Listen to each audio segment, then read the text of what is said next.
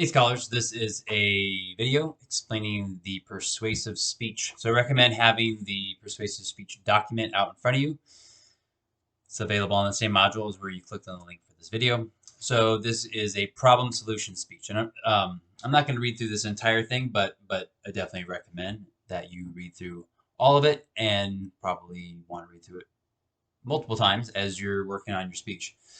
So for your persuasive speech, you're going to be doing a problem solution speech format, which is when you would talk about a problem using good academic expert resources to illustrate the nature of some sort of problem and then provide a solution. So in some ways it's very simple, right? The first part of the speech you talk about a problem, the second part of the speech you talk about a solution.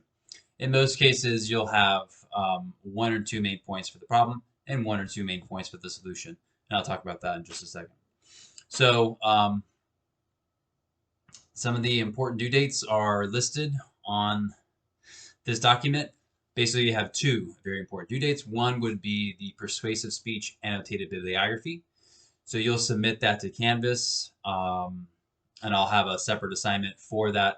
I'll have a separate, I'll have a separate document and video for that assignment for the persuasive speech annotated bibliography. Very similar to the one for the informative speech, but a little different, and you'll see that soon.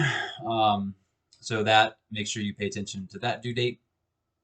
And of course, the final thing, which is the persuasive speech outline and video, which will be submitted to Canvas 2 weeks after your bibliography. Okay. So developing a persuasive speech is a little bit more challenging than an informative speech, because in that persuasive speech, you're trying to change our minds, the minds of the audience. So you're considering your audience, right? You're trying to influence us to think a certain way. In the informative speech, you are serving the role as teacher, educator. You're enlightening us. You're not trying to change our minds about something or to get us to see something in a very specific way. You're not dealing with attitudes, emotions, etc. So this is a much more challenging speech. So having read through the chapters on persuasion and reasoning and all that will definitely help you understand the nature of what you're doing in this speech. You're building an argument. Okay, so the first thing to do is to choose a topic. Now, instead of submitting potential topics to me and then me approving the topics, you're doing this a little bit differently.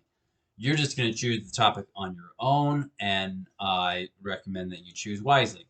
But I give you, 10 options here. Yep, 10. So I provided 10 very broad topics: driving, bullying, screen time, multilingualism, oral hygiene, self-care, dangerous sports, alcohol, healthcare, and mental health. So I'll talk about each one in a little bit of detail, but basically each one of these broad topics could lend itself to hundreds, if not thousands, of speech ideas which would be suitable for this assignment. So the first step would be to look through each broad topic and see which ones stand out to you, and then start to do some brainstorming. Get a pen and paper and start brainstorming whatever really stands out to you, whether it's the sports or multilingualism or bullying. Start doing some brainstorming and then get some ideas. Activate those creative juices flowing in your brain and get some ideas for how you might develop a speech on this topic. Before you do that, read through the whole assignment. Listen to this whole video before you start brainstorming ideas. And once you have some ideas, I recommend doing some preliminary research, which is basically just go on Google, do some preliminary research, like what's out there on this topic. Whatever your specific topic is, whatever your specific speech ideas, see what's out there. See what kind of research is on that topic. Check Google Scholar, maybe check some of the library databases. And that way it'll give you an idea of how much information and what kind of information is out there before you commit yourself to a topic. So again, very broad topics. So I have driving. There's all kinds of problems associated with driving. I give you a few, right? Age issues. Some say 16 years old is too young. Some people say some people are too old to be driving. So some people say, hey, you should put a cap on driving because when certain drivers get too old, they're not safe behind the wheel, and there's all these kinds of problems. And then too young, you know, some people say like, oh, 16 is too young. You should be at least 18 years old before you have a driver license, and so on and so forth. Repeat offenders for drunk driving. So that might sound like a topic on drunk driving. It sort of is, but rather, or like alcohol. It's not so much a topic on alcohol as much as it would be on building a speech on something like the problem of repeat offenders who are um, who get DUIs, right? They get multiple DUIs, and then they continue to go out driving drunk, and then they continue getting arrested, continue this cycle of things. That's a big problem, right? So it's a driving issue, right? It's alcohol. Alcohol is the stem, but nevertheless it's an issue of driving. Drowsy driving, that's a whole other topic. Traffic, right? So there's all kinds of issues with traffic, construction, and debris, and how it causes flat tires and accidents and confusion and delayed time and so on and so forth. So I could go on and on and on and on and on about all different types of topics, speech ideas that are just centered around driving.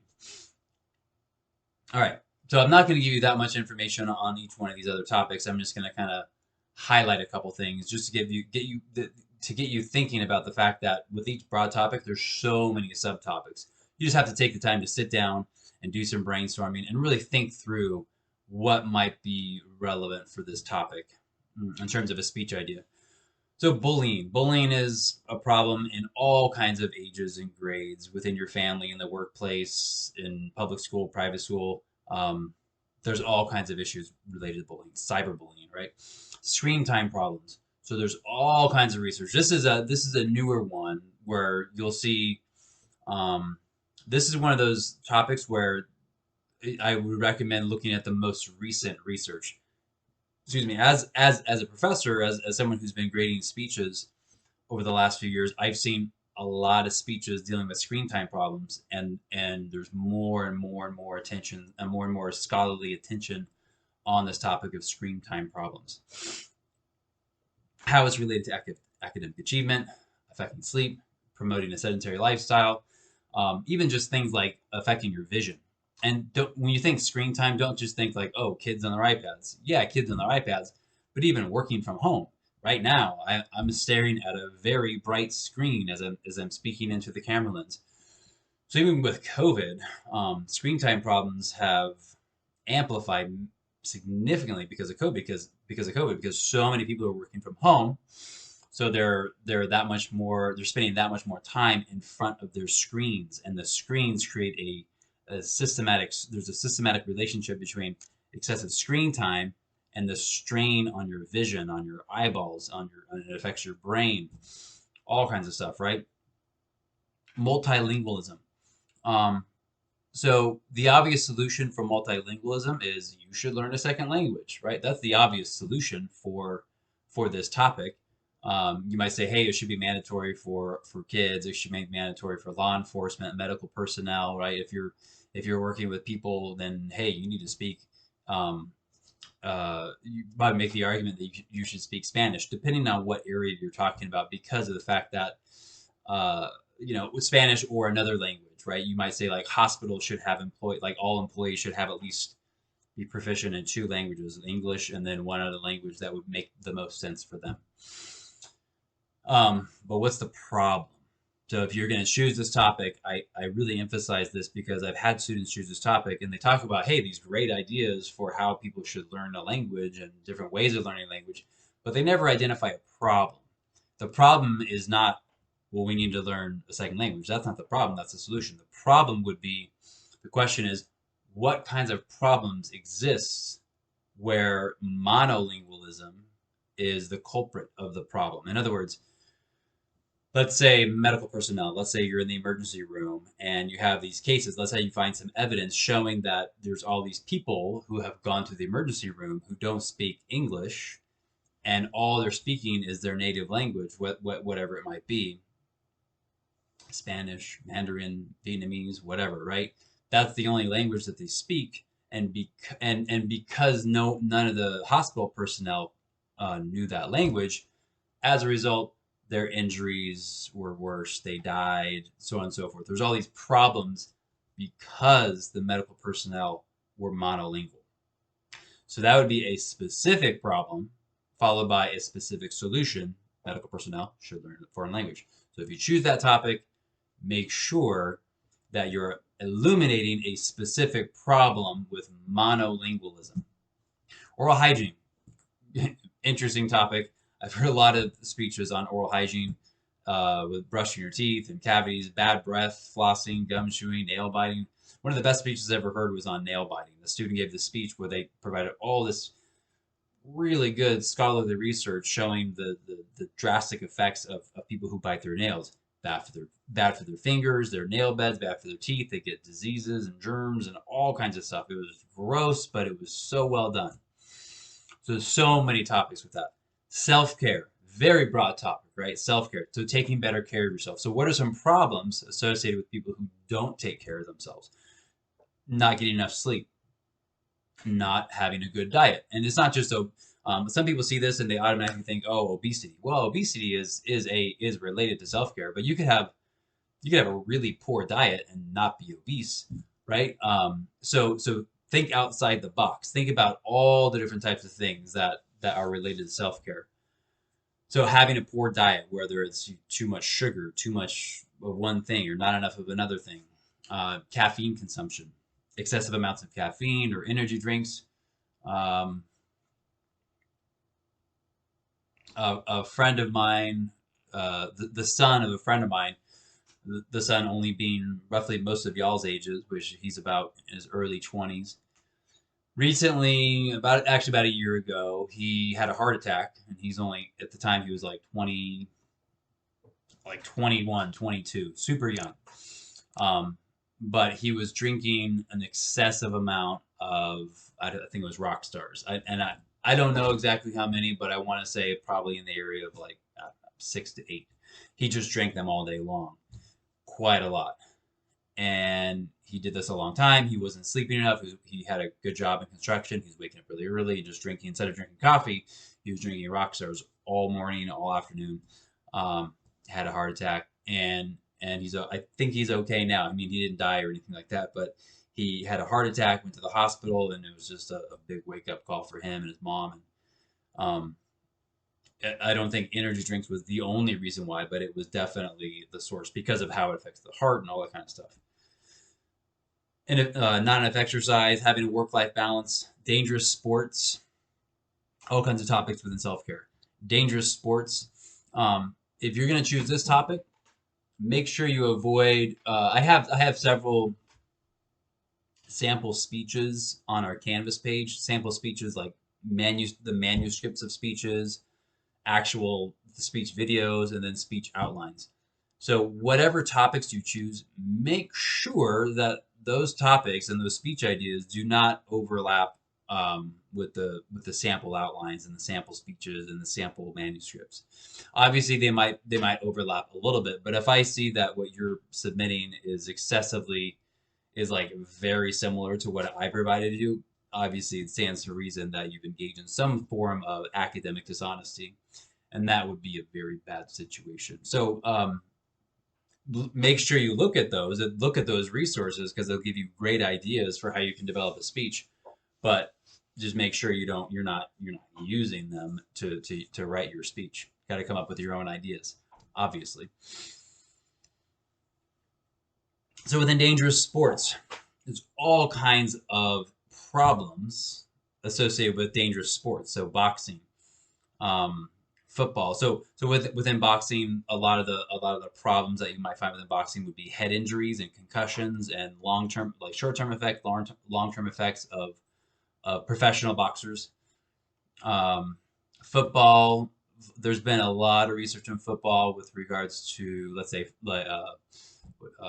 concussion protocols. So concussion protocols would be an example of a solution to address the problem of the players who get excessive concussions, and then there's a certain disease or condition that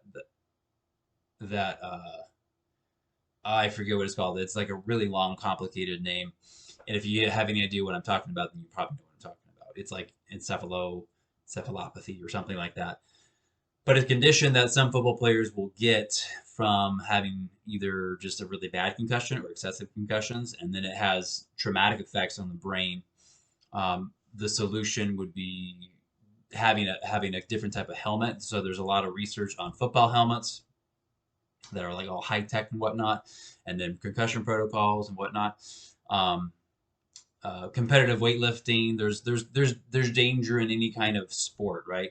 But I would say, don't choose something like, and I'm not like throwing this under the bus, but don't choose something like golf. Well, it's dangerous because you can have hip injuries. I would say look at the sports where there's people who are getting seriously injured, and there's problems associated with that, and then try to develop some solutions. I put mixed martial arts. That's a big broad category. Um, but within that, like if you can identify some sort of problem and then a solution, probably might be something like in the training aspect.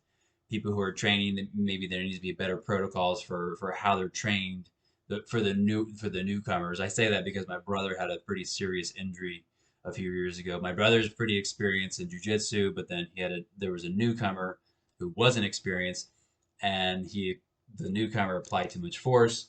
It snapped my brother's pectoralis major tendon, which basically either snapped or came apart. But that's the tendon that connects the pectorals, bicep, and shoulder. It was a pretty painful experience. I would say that's a problem. There needs to be a solution. Easier said than done. But if you know that industry, if you know that sport, maybe this is one that would be really good for you. I don't know it that well. I just know about it through my brother mostly. And then alcohol is another extremely broad topic. So alcohol is like, it's hugely broad topic. So within the problems associated with alcohol, you've got like binge drinking. There's more than likely all kinds of research on binge drinking at the college level, not at the college level, in fraternities, sororities, etc. Teenagers, binge drinking for minors, binge drinking for someone who's 16 years old is going to have a much different effect on someone who's 26 years old, more than likely. Um, yeah, there's so much research on that. Alcohol poisoning, you don't always get alcohol poisoning from binge drinking. You could get alcohol poisoning from drinking a small amount of alcohol if your body's not used to it. But there's definitely problems with that. I had a friend in high school who had alcohol poisoning. He had to have his stomach pumped in the hospital, and it was pretty severe, um, pretty scary. They thought he was going to die, but he didn't. And then it put effects on city employees. So I want you to think outside the box, right? Think about the association between something like alcohol, excessive alcohol use, and how it might affect city employees. Law enforcement. Um, Law enforcement being a big one, but then even something like people who get really drunk and then they like trash the streets, or they cause all kinds of damage to like public property. Think about how that affects city employees, the people who have to clean up that mess. If you've ever been around, let's say, the aftermath of a place where people got really drunk and then they cause all kinds of damage to public property, um, there's someone who has to clean up that mess, whatever the case may be.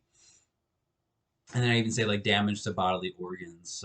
So how alcohol might affect your gallbladder or your liver or whatever, right? There's all kinds of research on alcohol.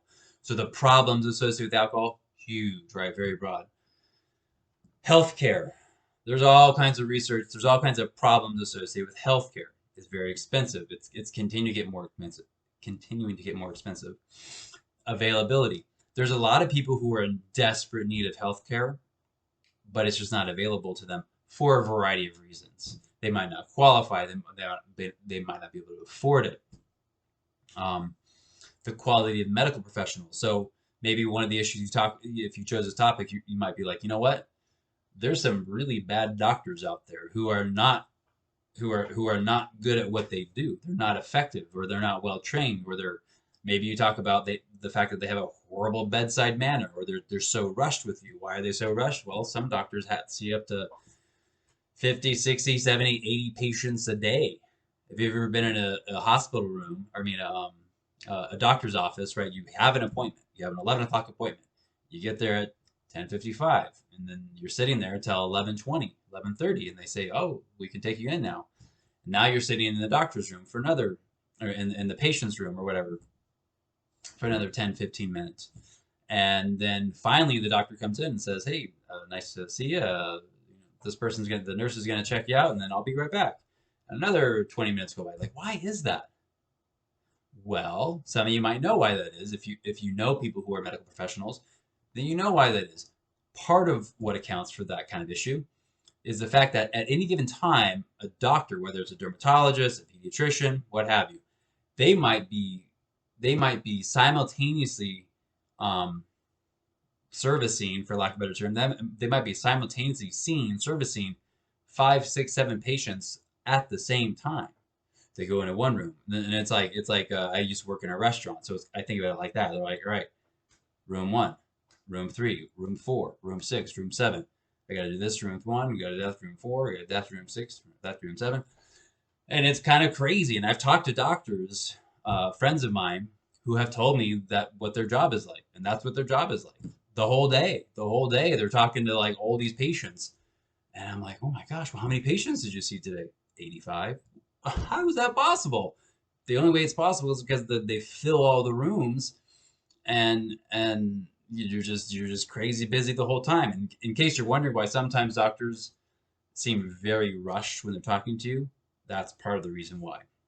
So if you can find some good research on that topic, I think it's a really interesting topic. Um, just to clarify, I'm not shaming the doctors. Part of the issue is like that's just how it is. That it's not that they want that. I would assume most doctors would prefer not being so busy. But it is what it is, I guess, for lack of a better term. Okay, another topic on mental health. Mental health has been a hot button topic for the last few years, several years. It's always been an issue, but it's gotten so much attention, um, you know, professional attention, scholarly attention in the last few years, especially with with college students.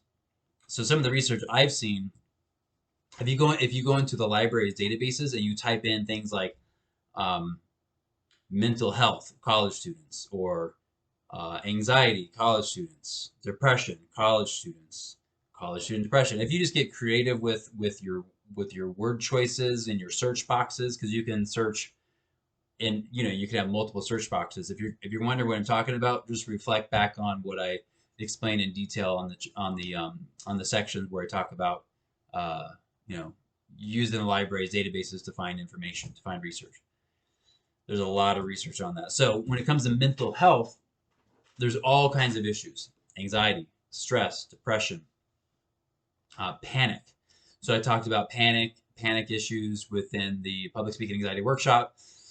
So a lot of students deal with panic attacks, and sometimes it just sort of comes over them. They don't know what's going on, and not just college students, but people of all ages. Panic is related to anxiety and stress and depression. They're all interrelated, but they're all separate. So there's definitely you could definitely describe that as being problematic, and you just describe how it's a problem, and then what would be a solution for that. Another one would be toxic thoughts, which is very much related to negative self-talk. Toxic thoughts can just be, is more general or more broad. I might be thinking just being really negative all the time about like life, about others, about being cynical about our world. And if you ever talk to people that are like, oh, everything is going to crap, and the finances and politics and the government and the White House and the taxes, and they always think the worst situation, right? You might call that toxic thoughts. I would say that's a problem, right? What would be a solution? Maybe you're thinking, oh my gosh, I know my Uncle Leo. He's the one who engages in toxic thoughts all the time. He's always cynical and talking the worst, right? And then there's negative self-talk. That's related, obviously, but negative self-talk is when you're basically beating yourself up, right? You're always just being hard on yourself. You are your own worst critic, and oftentimes we're oftentimes our own worst critic. And I've had a few, in the last couple of years, I've had a few students give a speech on negative self-talk, and there's a lot of good research out there. You just got to dig and find it, because it's not been researched as much as things like anxiety, stress, and depression. Okay, so I gave you a lot of information. I gave you a lot of details about the comprehensive nature of the degree to which you can find so many speech topics within each one of these broad topics. So you're choosing one, right? You're developing one speech on one idea, right? It has to be one of these broad topics. Within these broad topics, like I said, there's so many different speech ideas. There's so many different subtopics, if you will. If you're confused or you're not sure about your topic, then you can reach out to me. However, considering how detailed I was just now, I would think that you wouldn't have questions. In other words, um, if you're thinking of an idea, if you're thinking of your speech topic, and it doesn't fit into one of these 10 categories, then it's probably not going to work. But nevertheless, you can always reach out to me. I want to make sure you're choosing the right topic. I give you a list of topics to avoid. So recall what the authors discuss in chapter 6 on topic selection, specifically on appropriateness to the rhetorical situation. There's all kinds of topics you want to avoid. So I don't have an exhaustive list here, but here's some topics to avoid. So just don't even, I would encourage you not to even consider these because they're not going to work. I wouldn't approve them. You wouldn't be able to give a speech on them. And if you did give a speech on them, then it would result in a very low grade, if not a 0. So capital punishment, abortion, smoking, vaping, climate change, recycling, and the list goes on and on and on. So basically, don't choose topics that are so hotly debated that's divided the world in half. That's been argued about for the last 3, 4, 5 decades. It's never been resolved. Right? It's divisive and so on and so forth. Avoid topics like that, specifically those topics. But the list goes on. And part of that is like the ideas for this speech. You're not gonna. I don't want to sound discouraging, but you're not going to be able to take like one of the most hotly debated topics of the century or of the last 5 decades and solve that in this 5 to 7 minute speech. It's probably not going to happen. And if you were to attempt to do that, it would probably not work. I say that because in the last 15, 16 years of me teaching, when students have chosen those topics, they just usually don't work. There's way too much to consider. So please don't consider them because they're not going to work and I won't approve them and they just won't work out. So hopefully I made my point. So what I say here is remember that you're constructing an argument where you highlight a distinct problem while providing a practical and logical solution. It needs to make sense. So I talk about this in the chapters on reasoning. The lecture on reasoning and persuasion. I talk about practicality, logos, ethos, pathos, logos. The solution you present needs to be practical using appropriate reasoning.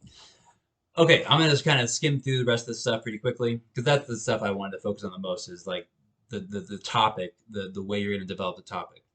You got to have 5 sources. You got to have oral source citations. There's all the same. Basically, a lot of stuff that's in here is the same stuff you saw in the informative speech. You gotta have oral source citations. They need to be cited in your outline. You can only have one index card before you speak. You'll do the same thing with the index card. You hold the index card up to the camera lens, both sides of it, so I can see that it's handwritten. And that's the only thing you can have with you while you speak. Everything's the same on eye behavior, engaging with the eye, engaging with the camera lens, and so on and so forth. So make sure you're doing that, and no reading. Cover up the computer screen. That's what I recommend doing, is just so that way you're not tempted to look at the computer screen. That way the only thing you're looking at is the camera lens. And yeah, timer, not timer. This is all the same stuff as I talked about in the informative speech. And yeah, of course, you need to include a bibliography with your outline. You'll have the annotated, persuasive speech annotated bibliography. That's one separate assignment, obviously related to this speech. That's a separate assignment. You provide, I have a separate document for that and a video for that. For the outline that goes with this assignment, the persuasive speech assignment, you still need to have a bibliography. It's not going to be annotated. It'll just be a list of your references. So even though it'll probably be the same references as your annotated bibliography, you still need to include them. If you're not sure why, you can reach out to me and ask me why. Here's a sample outline on a speech that had to do with impoverished children.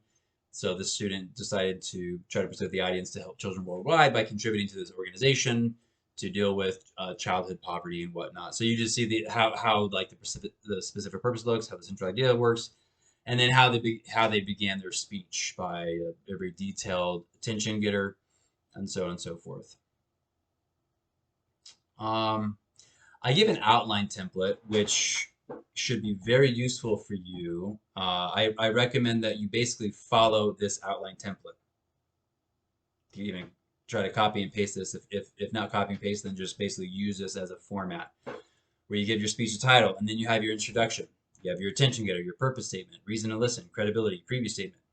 Let me just say right now, um, in your outline that you submit, make sure you don't write the words attention getter and purpose statement and credibility. Um, I'm including those words so you know what I'm referring to. But in your outline, don't put those words. Don't write this is main point one. Don't write subpoint. Uh, Roman numeral one is main point one.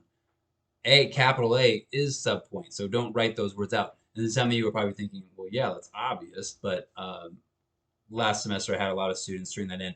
Not a major grade issue. It just looks really sloppy. And I want to encourage you and teach you how to do things that aren't sloppy, that are clean and competent and professional.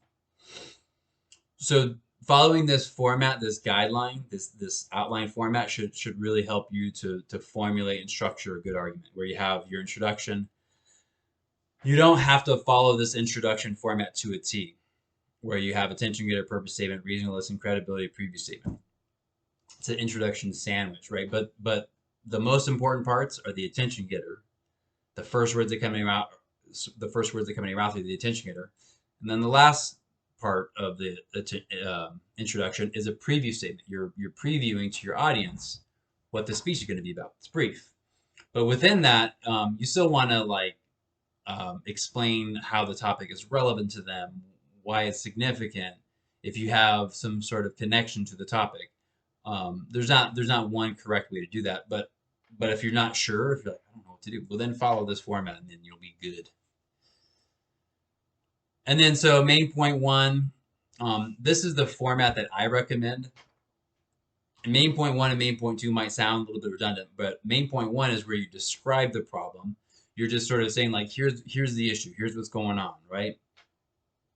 Main point two is evaluating the problem, where you provide a sentence that summarizes the seriousness of the problem and is previewing information and the evidence to come in the subpoints, right?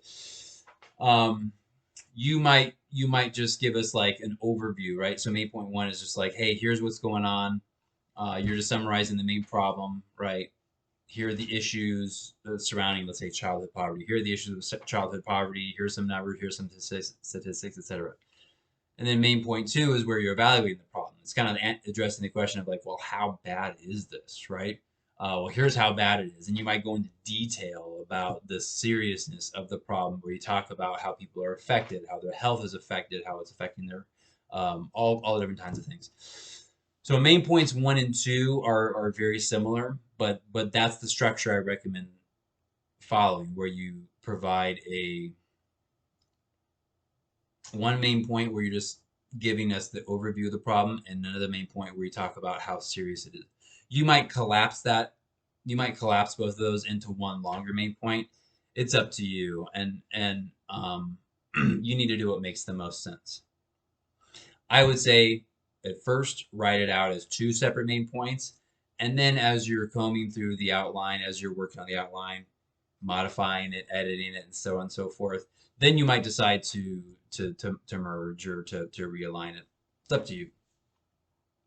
All right, and main point three would be same kind of format where you propose the solution, you explain the solution, like here's the solution to this problem. So the example I have with the sample up there with on this document would be the Compassion International. It's an organization that helps with childhood poverty. So main point, if that were my main point three, I might say, hey, here's an organization that is intended to help with childhood poverty. Here's the organization, here's what they do, here's how the money is distributed. So if you were to donate $100, here's how that money is used, and so on and so forth, right? That's the solution. You explain how it all works. There's a website, you can get an app on your phone, you can write a check, it's tax deductible, right? You just talk about the solution. Main point four is when you argue for the solution. That's where you talk about it's practical, it's reasonable, it works. Same example with Compassion International. Hey, the Better Business Bureau talks about them, and they say they're upstanding organization. Over the last X number of years, they've helped this many people, and as a result, they've gone on to get education and all kinds of things, right? That's when you're talking about, hey, it works, right? It's one thing to talk about the solution, right? Here's the solution. Here's how it works, right? And it's another thing to talk about the fact that it actually does work. It's one thing to say, here's how it works. Right? It might sound like I'm being redundant, but it's very different. Here's how this organization works. Main point two, or the second main point. I mean, main point four, the second main point of the solution. Here's how we know that it works. Here's the evidence to show that it works, right? And then you provide evidence, the numbers, the statistics, the fact that the Better Business Bureau has supported them. Other organizations endorse them, right? Other people endorse them. They have a good reputation. They have high employee retention rate. You're building a case. You're building an argument saying, like, this is a good organization. I mean, this is a good solution, and here's how I know. It's not your opinion. It's not just like, oh, they're good because I think they're good. No, that would be your opinion.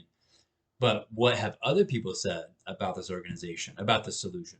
I keep saying organization because I'm using the Compassion International example, but your solution might have nothing to do with an organization, obviously. Okay, so that's how you're going to develop this speech. That's the problem solution speech. And then you finally have the conclusion, where you have a summary statement. You're synthesizing the issues, you're synthesizing the problem, the solution, you're driving home, reinforcing the main points. And then you have this call to action.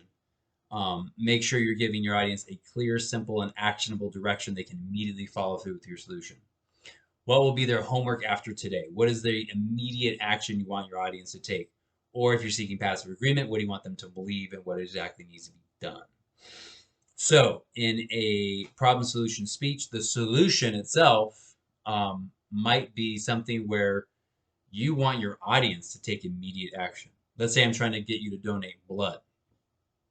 That would be a topic that you cannot use. That wouldn't really fit into the 10 broad categories. Not really, but that's not an available topic because I have it as a sample speech on the Canvas sample speeches. But if I'm giving a speech on trying to get my audience to donate blood, I'm trying to persuade all of you to donate blood. That's immediate action, meaning I am trying to get all of you in this classroom to go out today or tomorrow and donate blood at the Red Cross blood truck, blood mobile, whatever they call it. Immediate action, right? Passive agreement is something else. Passive agreement is I'm trying to get you to agree with my argument. I'm trying to alter your level of thinking. Let's say it's something like there should be more affordable textbooks, right? Let's say that option doesn't work either for the speech. But anyhow, if I gave a speech on how textbooks are too expensive, here's a problem, and then the solution is make them more affordable. I don't know how you would make them more affordable. I think the publishing companies would have to modify the salaries of their executives, but that's one option. But anyways, in a speech like that, here's the problem. Textbooks are too expensive. Here's the solution. They need to be cheaper. Publishing companies need to change their salary structures of the executives so that way they're getting less money and then charging less money. They're getting paid less, but then getting they're charging less money for these textbooks. That's passive agreement. I'm just trying to get you to agree with me. In other words, I'm not trying to get you to actually go out and do anything. I just want you to agree with me. Hopefully you understand the distinction between the two. If you're not sure, you can always reach out to me and ask me my thoughts on your topic. But I think you can figure it out based upon the nature of your argument, what exactly you want your audience to do. Do you want them to actually go out and do something, or do you want them to just agree with you with whatever it is you're arguing? That's the call to action. Needs to be clear. By the time you're done with your speech, as the audience, we need to know exactly what it is you want us to do. And then your final thought leaves your audience with a great last impression of you and your argument. You can use, a story, a quotation, a joke, if it's relevant to the speech and if it's appropriate. One thing a lot of students do is they end the speech by referring back to something that they mentioned in the beginning of the speech. So let's say if you're talking about like a problem solution speech, a lot of times you talk about like sad stories or graphic stories or stories that kind of tug at your heart. So maybe your story maybe your story has to do with a person named um, David, and you're talking about David in the beginning and the things that he was struggling with in his life and so on and so forth. But then you sort of like put a pause on the story of David, and then you get into your speech. You know, you talk about the problem, the solution, yada yada yada. And then at the end of the speech, in the conclusion, as you're wrapping things up, you might say something like, "You remember in the beginning of my speech, I talked about David. Well, 2 weeks after my conversation with David, I had a follow up conversation with him, and here's what he said." And hopefully, it's something that's really powerful and memorable and positive. um, that's a great way to end the speech, if you can. If you're not, then there's all kinds of other ways you can end the speech. And of course, include your works cited, your bibliography, list of references. Here are the requirements: timing, dress, research, outline, so on and so forth. Excuse me. For the speech video, as I mentioned for the informative speech, what I recommend that you do, you upload your speech to YouTube, and then you get a link, and then you just provide that link for me in the Canvas module when you're submitting this assignment. I had a lot of students reach out to me, and they said they had so much trouble uploading their speech video.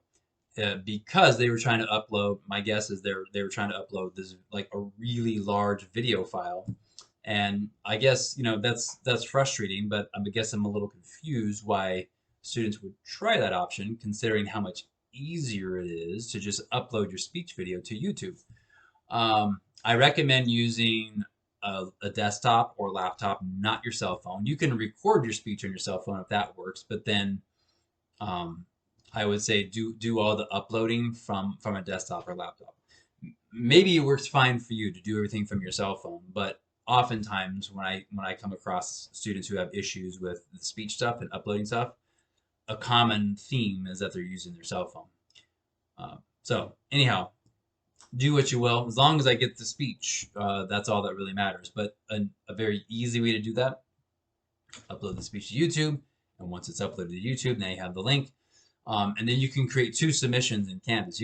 I think you can create an unlimited number of submissions, but you could create 2 submissions where you submit your outline, right? You submit your outline to Canvas, and then another submission would just be the link to the YouTube video or a video file if that's what you choose.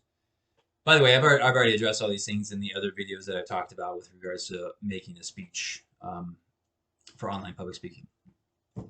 And in the first speech on the introductory speech. So you could do that. You could just include the YouTube link within your outline. A lot of students will do that. They just, in their outline, they say, here's the link to my speech. And I mean, you don't have to worry that I won't be able to figure that out. A lot of students do that, and that works well.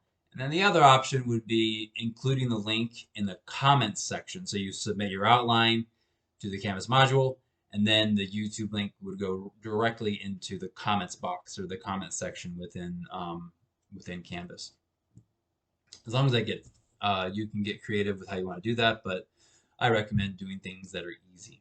Go easy on yourself. And then here's the grading rubric. I highly recommend that you thoroughly read through this.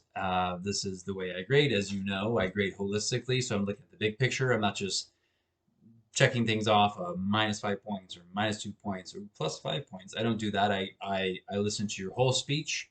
I grade the speech independent of the outline. I grade each one. Usually the speech grade and the outline grade are pretty highly correlated. If you have an A- outline, you usually have an A- speech. Not always. In many cases, I see a speech grade, the oral presentation grade.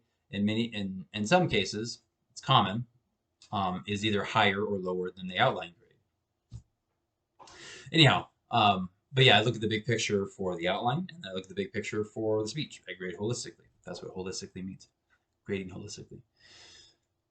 Okay, that was a lot of information. That was very detailed, but I wanted to equip you and provide you with a comprehensive overview of everything that you really need to do for this speech. It's worth a big chunk of the grade, right? 200 points. And as I mentioned before, we're just doing just this one persuasive speech. All right. Hope you're all doing well, and I'll talk to you later.